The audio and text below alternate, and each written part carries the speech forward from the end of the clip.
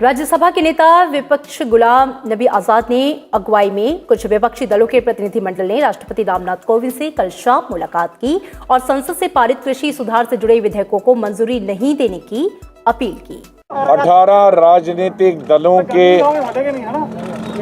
नेता इकट्ठे हो गए थे और ये निर्णय लिया गया था कि माननीय राष्ट्रपति जी को ये अवगत कराया जाए, उनके सामने ये बात लाई जाए किस तरह से राज्यसभा में किसानों से संबंधित बिल को पास किया गया और जो किसान हिंदुस्तान की रीढ़ की हड्डी है, किसान जो देश का अन्नदाता है, आज अगर देश में 70 या 80 हज़ार गरीब लोगों को अनाज बांटा जाता है तो ये सब सिर्फ हमारे देश के किसानों की वजह से है, क्योंकि वो खून पसीना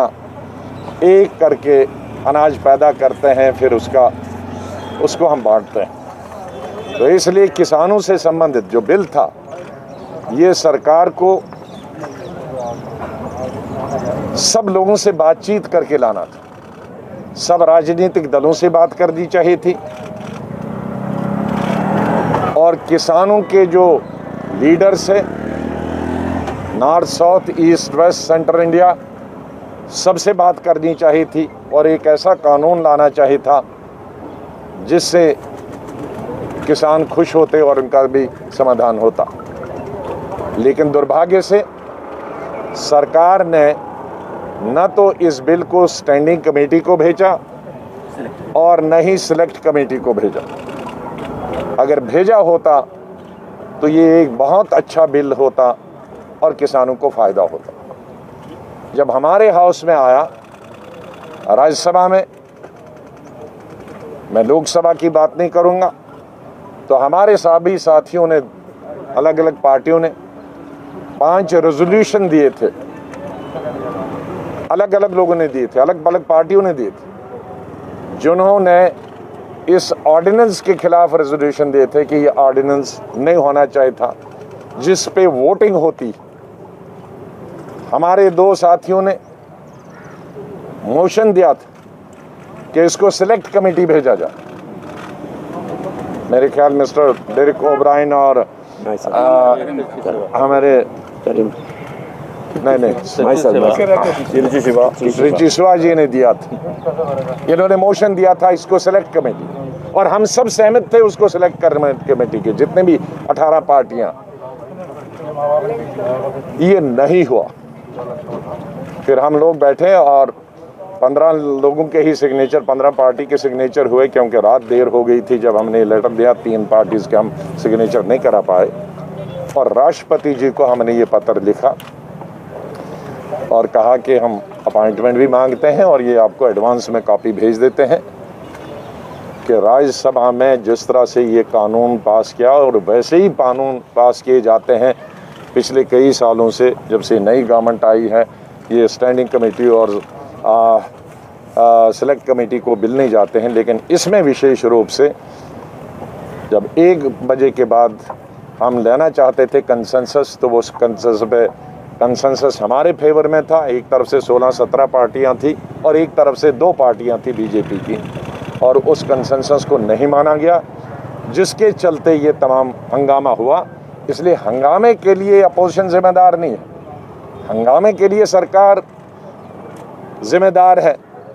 कि जिनको कहना चाहिए था कि आज मत चलाओ, हमारे पास नहीं है कंसेंसस, उसमें बनता है कल चलाने के लिए। और फिर उसके बाद दुर्भाग्य से हमारे डिप्टी चेयरमैन साहब, जिनके खिलाफ हमने वोट ऑफ नो कॉन्फिडेंस लिया, उन्होंने दबादब कानून को, बिल को पास कराने का, पारित कराने का जो प्रयास किया और किया, हमें किसी की समझ में कुछ नहीं आ रहा था। जो खड़े थे उस सदन में, जो लोग बैठे थे लोकसभा में, उनको कुछ मालूम ही नहीं हो रहा था क्या है, क्योंकि आवाज़ तो राज्यसभा में भी सुनाई नहीं दे रही थी। तो जो बिल पास हुआ, रेजोल्यूशन मूव करने की किसी को इजाज़त नहीं मिली, उस पर वोटिंग नहीं हुई। डिवीज़न के लिए हमारे साथी चिल्ला रहे थे कि डिवीज़न करो, मोशन पे वोटिंग करो और डिवीज़न करो। ना वोटिंग हुई, ना वॉइस वोट हुआ, ना डिवीज़न हुई, ना लॉबीज़ क्लियर हुई, कोई डिवीज़न के बगैर। तो जिस तरह से तमाम हदें हिंदुस्तान के कॉन्स्टिट्यूशन की, संविधान की, रूल्स की, रेगुलेशंस की, प्रोसीजर्स की धज्जियां उड़ाई गई हिंदुस्तान के सबसे बड़े जो